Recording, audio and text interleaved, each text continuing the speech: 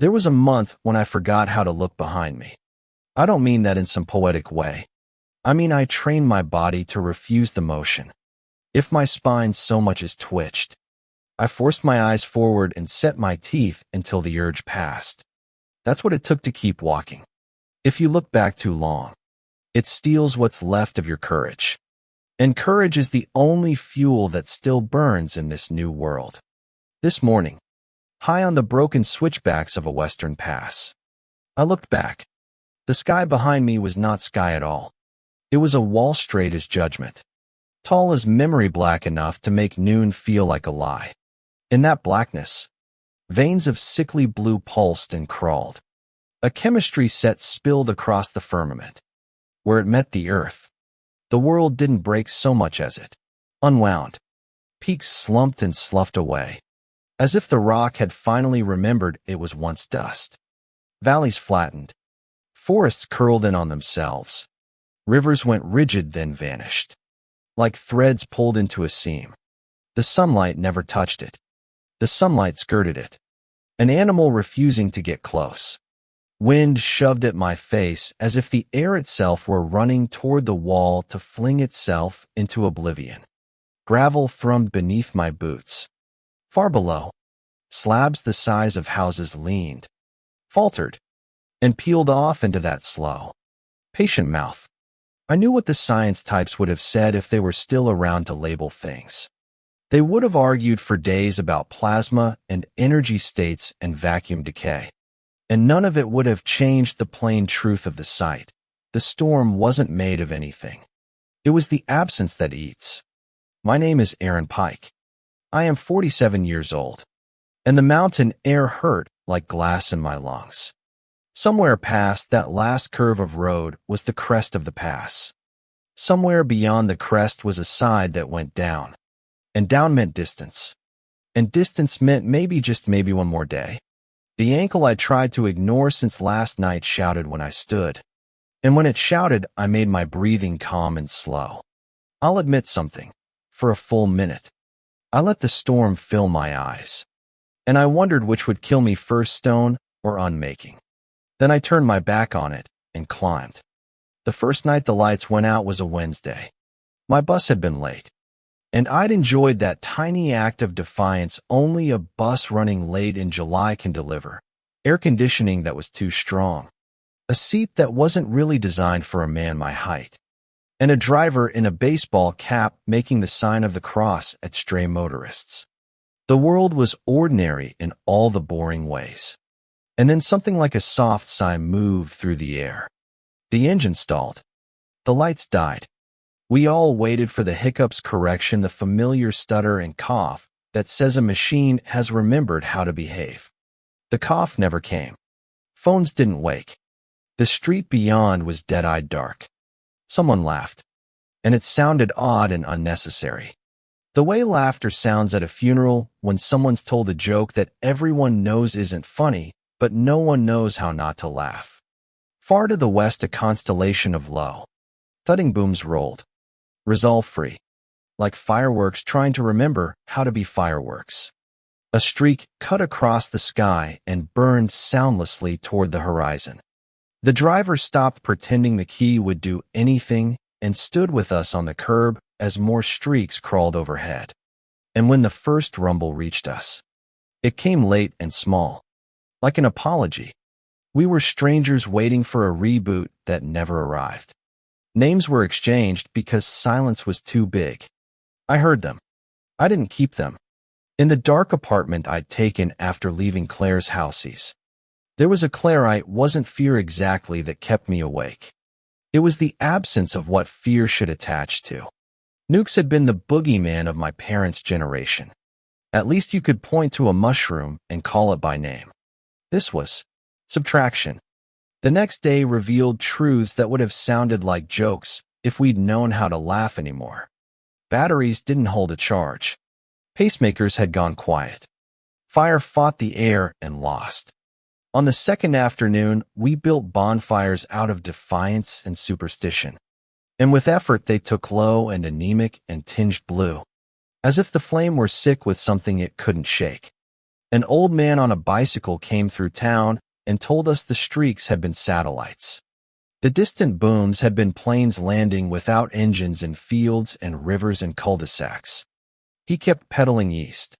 Folks on the porches shook their heads at him, but they went inside with their lips pressed thin. We ate what would spoil first, and then what would spoil next. We discovered that there are gallons of drinkable water in places no one talks about at cookouts' backs of toilets. Under the laundry room sink. Prices didn't spike. Not at first. Maybe we were still practicing at being neighborly. Rumors pooled like rain in the hollows of the hills. Something was moving in from the ocean. People said, not weather, not waves. A wall. A sheet. A thing. Not a thing. The words collapsed under the weight of what they were asked to carry. Before the first week ended, lane after lane of freeway grew into a long animal made of people, all of it writhing east. Our town sat off the main arteries, and we only saw the Eddies families with sunburned faces and good shoes already ruined. Teenagers with vacant gazes. Men and women who had been entrusted with other lives and were failing at it minute by minute. What they told us got worse as the days grew. The interstates were slaughterhouses. The cities weren't places anymore. They were engines that turned hunger into hate and hate into heat. I packed a backpack and then unpacked it and then packed it again. I told myself I'd wait until I had to see it with my own eyes. On the morning I finally saw it. Dawn was an argument the wall won easily. It climbed the horizon and unstitched hills I'd known since childhood.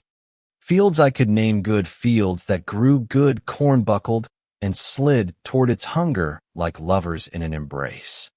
The only clean edges left in the world belonged to that thing and the pieces it made. It spat lightning without thunder. It cast no shadow, and it didn't care whether you believed in it or not. I ran. I found the last wave of people a day later. Those of us who had stayed in our small towns hoping for an explanation. We were the stubborn ones. Which is another way of saying we were slow. The group I fell in with didn't look like a group at first. We looked like lone men and women whose distances had accidentally overlapped. There was a woman in her 60s who carried a library book pressed to her side like a child. There was a boy with a freckled nose and a ruined pair of dress shoes. There was a man with arms like felled trees and hands that trembled as if he were asleep and dreaming of a fall. There was a nurse who refused to say she was a nurse because saying it made people hope in ways she couldn't sustain. And there was a man named Mason Hale. Mason didn't announce himself. He didn't say, "I'm in charge," because the people who say that are never in charge for long. He walked near the front and found water where others missed it. He lifted a fallen limb from the road with the economy of somebody who'd worked his body for a living. He gave a tin of peaches to the freckled boy without a speech. When he laughed rare, short, catching on something in his throat as if it were almost ashamed of itself, others smiled and looked around as if to make sure smiling was permitted. If I'm being honest, he was the kind of man I'd have gravitated toward even if the world were still full of battery chargers and drive-through windows. People like that smell like solutions. They make you feel as if you're closer to a plan than you are. We outpaced the wall by afternoon and put it to our backs like a bad memory that stayed bad but receded. We learned to take what hadn't already been taken, shelves and farm supply stores. Not the big box places that had been emptied by the first flash of panic. Coolers forgotten in the corners of garages. Rain barrels that had been set under eaves by men who liked to solve small problems ahead of time. Nights were thin, but sometimes there was a weak fire fighting a low wind, and someone would tell a story that didn't have to be true to be useful. I slept like you sleep when your body has lost track of what it's owed. The third night, someone got sick. Canned soup can do that if you leave it to the mercy of 20 Julys and then ask it for mercy back. By morning there were 3 of them sweating, whispering apologies to their bellies, sitting doubled in the weeds beside the ditch. We told them we'd make camp ahead and wait. And they nodded the nod of the men and women who already knew we would not. I'll choose the honest word, we didn't. We walked. If there had been a line before that morning, I didn't notice it. After that morning, there was a line. Maybe it ran straight through all of our chests. Mason didn't draw it in any ceremonial way. He simply got lighter. His pack shrank by the hour, even as his steps stayed strong. He started eating more and offering less. The people who slept near him started sleeping closer, as if proximity had calories. That afternoon, the nurse stumbled and scuffed both knees. And he didn't stop. "You all right, June?" he said. And when she said yes, he nodded like a man who'd fulfilled an obligation and kept going. What I remember most about the day we hit the foothills is the way hope went quiet. You wouldn't think hope makes a noise, but it does. It hums. It lives under conversation, under the rhythm of boots, under the low comedy of a man trying to pee without stepping away from the group and achieving neither privacy nor progress. In the hills, the hum thinned. The road curled away from itself and sent us places we didn't want to go. Mason's people, by then we all knew who they were and were not started scouring the ditches before the rest of us reached them, and then feigning surprise when we came up empty. He held the notebook where we'd been keeping track of what we found and what we owed one another, and the pages filled with neat lines that didn't add up. We split and didn't split. We were still one shape moving uphill, but the middle had grown hollow. On the second night in the mountains, a dented can taught us another lesson. Half of us spent the hours before dawn curled on our sides, making small sounds none of us wanted to make in front of strangers. By the third morning, the ground had a slope even under our tarps, and I woke to find Mason's people 50 yards down the road. No one had called. No one had said a word. Their packs looked smaller than ever. Their faces were lean in a way that was new. Lean can make a person look righteous. Lean can make a person look forgiven. My ankle had already been sore. When he approached me in the dark, I thought Mason meant to offer something mild and decent. One of those little consolations he was good at before the line got sharp. He didn't. He placed his shadow over me and breathed the mountain night and said nothing. Then he set his heel, lifted his foot, and stamped hard. I heard the crack. I didn't scream right away. It's funny what shocks a person into silence. His second heel found the first's work and stamped again. The pain wasn't a shriek. It was a bell ringing in a small church, clear and contained, and everything around it looked briefly lit by a kind of stained glass. No one woke. No one moved. Mason walked back to his circle of heat and closed his eyes like a man who had done what needed doing and would sleep well for it. In the morning, the circle was gone. Someone had left a bottle of water at my feet and a tin of meat on a rock. It was not enough. It was, somehow, just enough. The wall spoke with the ground when the sun broke across the pass. There was a cadence to it now. It talked in pulses: take, pause, take, pauses if deciding what to erase first. I climbed the last run of asphalt with my teeth set against the joint's complaint and my mouth tasting like pennies. The top gave me a view I'd thought was for other people, ranges stacking like rumor. Light poured into distant cuts. And something else, something human. Blood is dark when it dries on stone. The trail of it looked like a dotted line a child might have drawn on a map to show a pirate where to walk. I followed it down to a scatter of boulders and a small truck that had more rust than paint. 3 of its tires had won their last arguments with the road. The front bumper wore the remains of a harness like a memory of animals. Whoever had driven it had started in a world that believed in combustion and finished in one that didn't. And what lay around the truck confirmed the difference. 2 men sprawled in a pattern gunfights don't usually leave holes in flesh that weren't holes so much as bruises punched by slow fists. Bullets had stopped being fast the night the world sighed. They still killed. They just killed like hammers. In the cab, a third man slumped across the bench. His eyes clouded, his chest a flattened ruin. His hand clutched a revolver big enough to anchor a boat. 2 rounds sat in the cylinder like coins. The pools on the seat had congealed to something that didn't shine anymore. The truck bed held plastic that had once held water, and cans that had once held food, and hope that had once held together. The vultures above us drew lazy, circling hieroglyphs I pretended I didn't know how to read. I took the gun because leaving it was a kind of disrespect. I thought about the places a slow bullet can go that stop a life without shattering the skull like porcelain. I thought about the cowardice and the courage of letting yourself choose your end.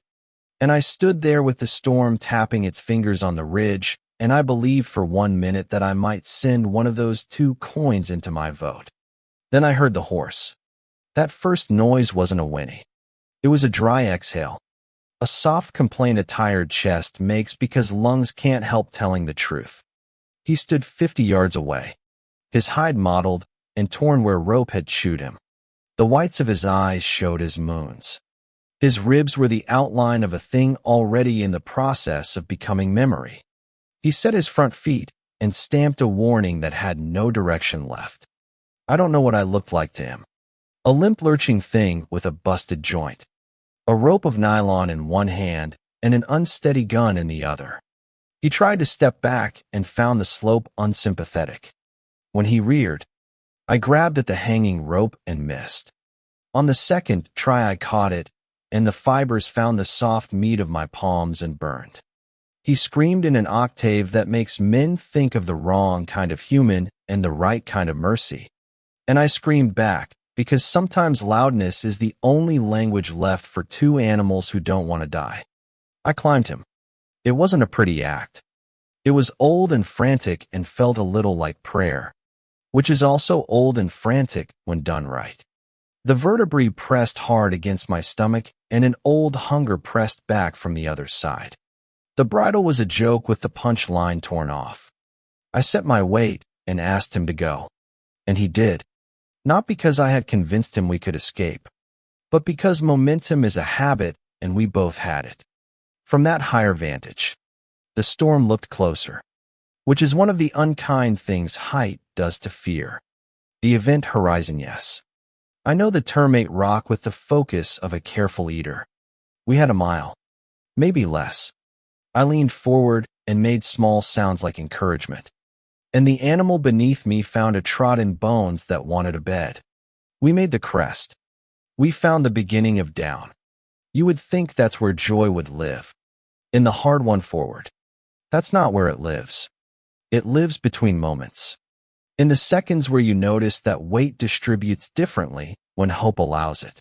It lived for me when we came around a second curve and I saw them, our people, moving along the shoulder in a ribbon of exhaustion.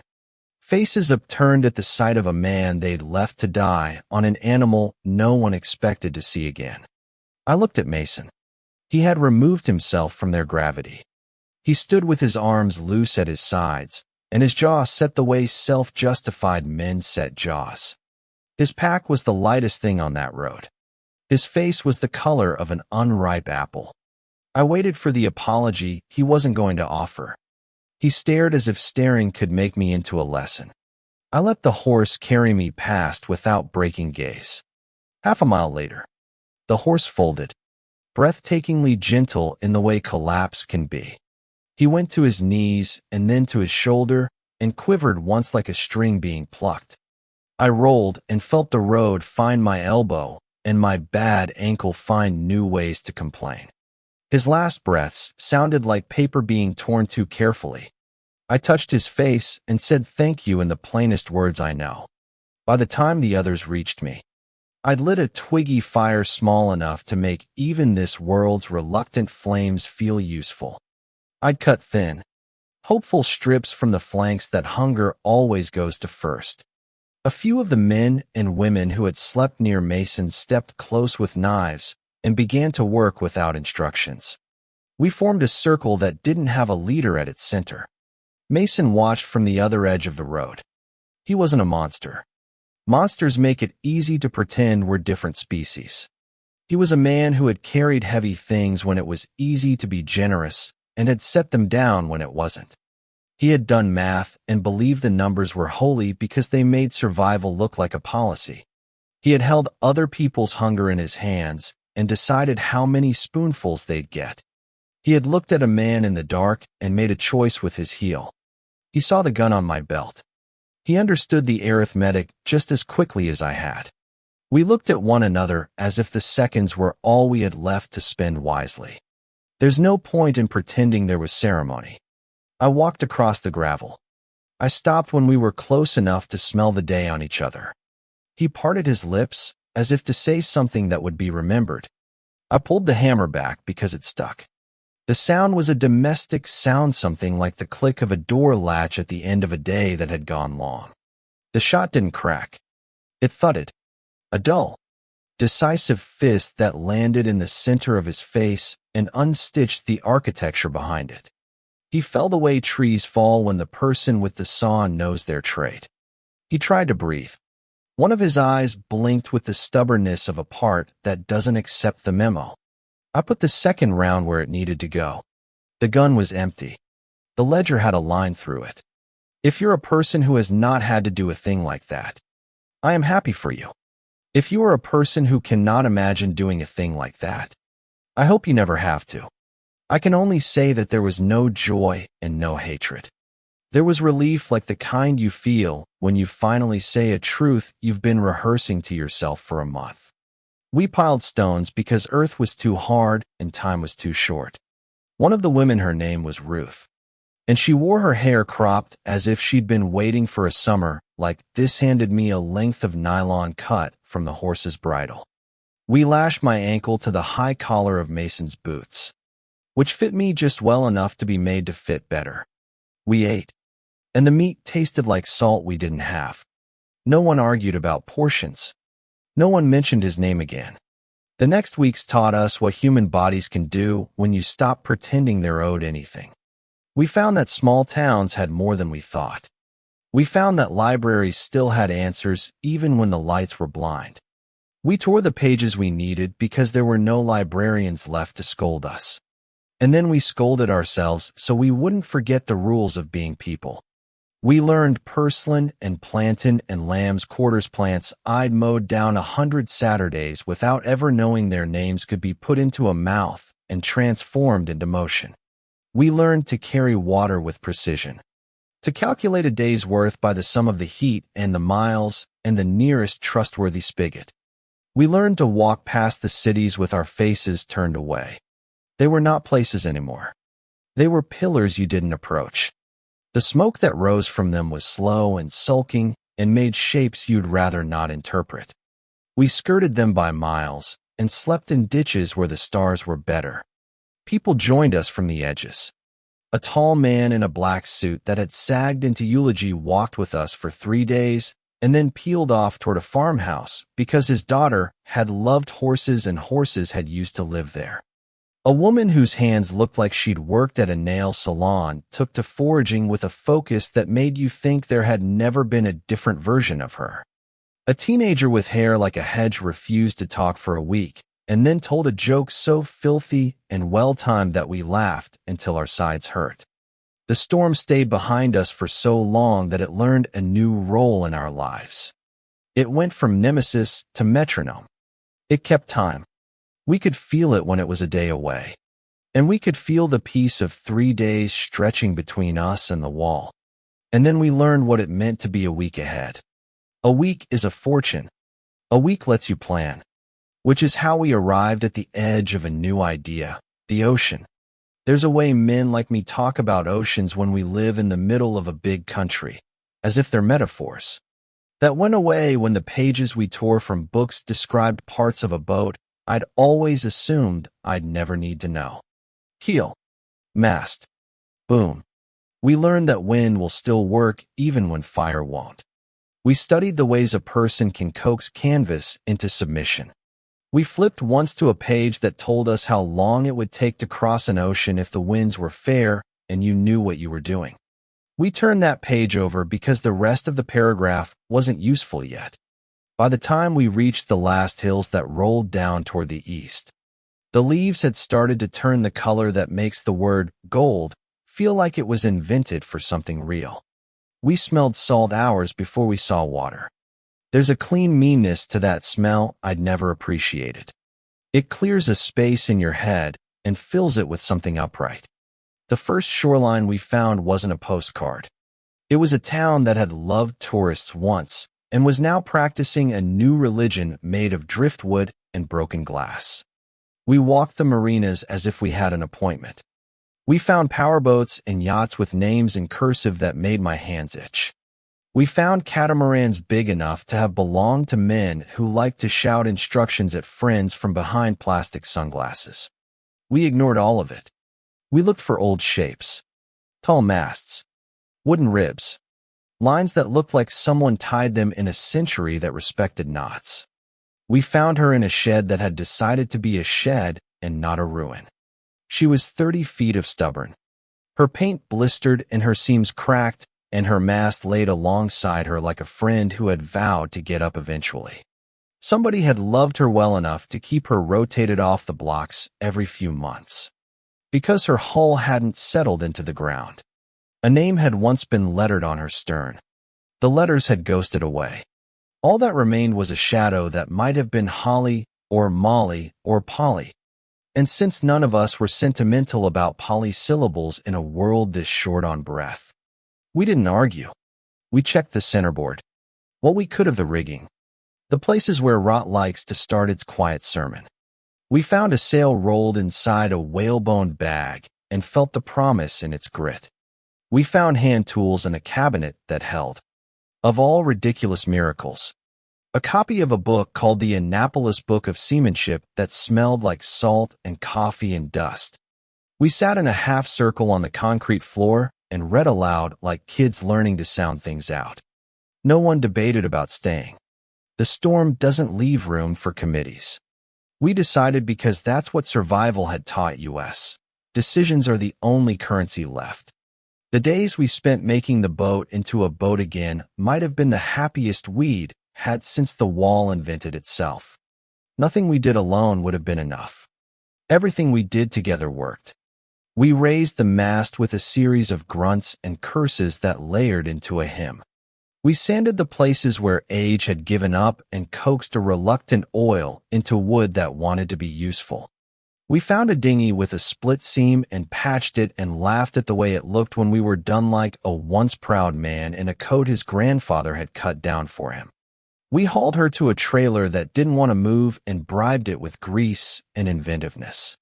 We learned, again, that leverage is free if you think first.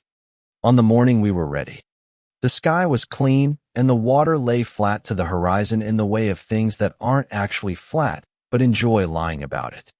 We slid her in. Would met water like a handshake between old men. She didn't sink. She didn't complain. We drifted for a wicked, perfect minute before the sail took a bite of wind, and we remembered an old fact. Motion can be quiet and still be sure. The bow found a groove. The line of the shore made a patient retreat. We didn't cheer. We didn't wave. We didn't point at the wall. We set our faces to the east and made adjustments in small increments. The wind worked in ways it had always worked, which felt like forgiveness. Night fell without the electricity of a city below it. Stars were not metaphors anymore. They were instruments. And on the second evening, Ruth used a section of a sextant we couldn't fix and a page of tables none of us completely trusted to tell us what she already knew from the shape of the last light. We were moving where we meant to. 3 days out, something that had become a character in our lives played its final scene. The wall reached the town we'd left and chewed its edge and didn't pause for remembrance. The smoke from that act joined the other columns that had once meant something and meant less every day. We watched from a distance a week had purchased. It had been our metronome. From here, it would be a line on a horizon we would not return to. I don't have a rousing ending for you. The world after a subtraction doesn't offer rousing. It offers work. We worked. We set a watch. We learned the noises that wooden boats make when they're old and honest and want a little more caulk. We ate what we had, and what we dragged from the forgiving Cirfacia small fish named wrong by people who didn't care about getting it right. We rationed water the way men had rationed attention in offices that no longer stood. We told jokes. We fought once about whether to tack or hold. And then we were quiet because the fight wasn't about tacks or holds. There was a morning halfway through the second week when we all went still at the same time. And it wasn't because of a breaking line or a sudden heel. It was because we had each separately realized the same thing and then realized at the same moment that the others had realized it too. There is a way to go forward that doesn't involve leaving the people you become responsible for. The knowing didn't fix us into saints. It fixed us into something usefully adjacent. On the 13th day, we sighted a curl of land so thin the sea looked like it could cut it simply by insisting.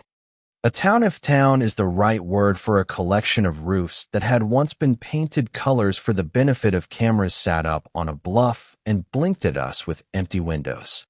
We anchored clumsily and went ashore with legs that remembered how to be legs only after a short parade of indignities.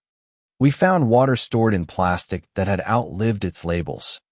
We found dry food that had outlived its marketing. We found a church with a door that still wanted to swing on hinges and a bell that still had the manners to be polite when asked. We stayed a week because staying a week felt like something humans do when they find a place that doesn't try to kill them while they sleep. We set up a routine that would have looked like domesticity to somebody watching from a place where time still made appointments. We fixed small things we didn't have to fix and laughed at the ridiculous pleasure of fixing small things when too many big things had broken. We buried a man whose heart had decided the old rules still applied and then apologized for enforcing them. We used half the oil we had left to give the boat a coat she didn't need, and she glowed in a way that made you think glow might be a sacrament. On our last night there, we stood on the bluff with our hands in our pockets and watched a distant blackness fail to intimidate the ocean into obedience. It would keep following. It would keep being a fact we had to factor. But it was behind us. And in front of us lay air that had not yet been used. And water that would hold us if we treated it with the respect it had always expected. We weighed anchor in a morning hung with a thin fog and spoke in soft voices because loudness felt like a betrayal. The sail filled. The bow cut. The keel hummed that low song that sings only to the bones of the people aboard. We went. There's a count you keep in a world like this. The days you've stayed alive not because of luck, but because you did the necessary arithmetic. On the 6th day of that next leg, a weather line darkened to the north. It wasn't the wall. It was just whether a thing a man could put a word to without his throat tightening. We reefed early. We made small. We rode it the way you ride something that is not out to undo you. When the rain came, it washed us. When the wind came, it reminded us how to lean and still belong to our feet. I could give you a year in these last few paragraphs, but that would be a lie of compression. We did not accomplish a year in a paragraph. We paid for every mile in hours and attentions and corrections. We met other boats. Some waved. Some did not. We learned to tie knots with muscle memory. We learned to trust Ruth with more than the stars. We learned the boy whose name turned out to be Whit knew how to fix a sail with a needle as if his fingers had been doing it in some other life, while the rest of him had thought about school. We learned June could tell a fever by the sound of a person's breath 3 steps before they knew it themselves. And that sometimes the best medicine is a hand on a forehead and a story that tells the body it isn't alone. There was a dusk when we had to decide if we would take in a dinghy that came out of nowhere with 2 men and a woman who didn't know how to stop crying. We took them in because the math worked and because the math wasn't the only thing we were using anymore. We told them what we knew about the wall and the wind, and they told us what they knew about a harbor farther up the coast where boats that still liked being boats gathered. We set a course. If you're looking for a moral, you'll be disappointed. Morals are the coins you put in the mouths of the dead. We were not dead. We were busy. We had made a choice about who we would be. And we were making that choice again every morning. When a squall took the top 2 feet off our mast and sent our main ragged, we learned to live with less sail and more patience. When a rope frayed, we split our only good shirt into a long, unrecognizable strip and bound it, then joked that I looked better without sleeves anyway. When a shark took interest in a trailing bucket and decided it was food, Wit punched it with an oar and then apologized to the ocean for the language he'd used in the argument. We were not noble. We were, however, competent in a way that felt like dignity.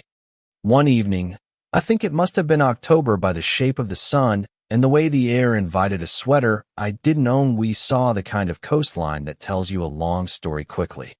It had been cut and cut again by water that wasn't in a hurry. It had learned to lean into the set of the wind. It had inlets that looked like open hands.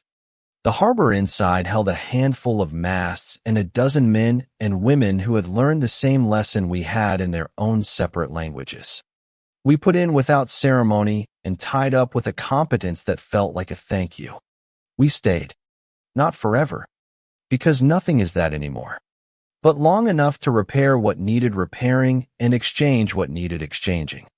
We told our story in shorter versions, the way all humans do when they need to conserve not just breath, but ache. We listened to theirs without asking for the parts that hurt to be repeated. We slept deeply one night and lightly the next because you don't forget what the wall taught your nervous system. We planned a journey that would take us farther north because sometimes more cold is better than more wall. And we sent off a small group south because sometimes a person needs to see a place they loved before it goes away. On the morning we left that harbor, a woman with a voice like a cracked bell walked down the dock and handed June a loaf of bread the shape of a heart and said, "Don't make me a saint for this." And June said, "We won't." And we didn't. And the boat took the wind as if that were all it had ever wanted from us. I don't plan to look back much now. Not because I'm afraid of what I'll see, although I am, but because forward is a habit you can practice into something like grace. What we did to Mason has a way of sitting up at night. I don't pretend it doesn't. I didn't do it to serve an idea. I did it so that men and women who would have been measured to death by someone else's numbers could collect water from a sink and read from a book and pull a fish from the sea and argue about tax and holds. I did it so that a boy with ruined dress shoes could learn the names of knots, and a woman who used to polish other women's hands could learn the Latin names of weeds and say them like a catechism while she gathered dinner.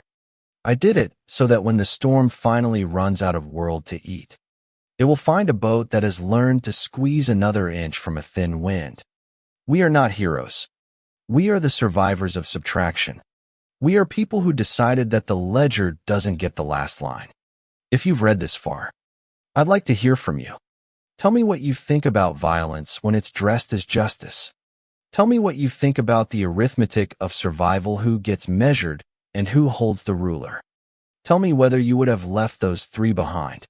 Tell me what you would have done with 2 slow bullets in a world that keeps trying to unmake itself.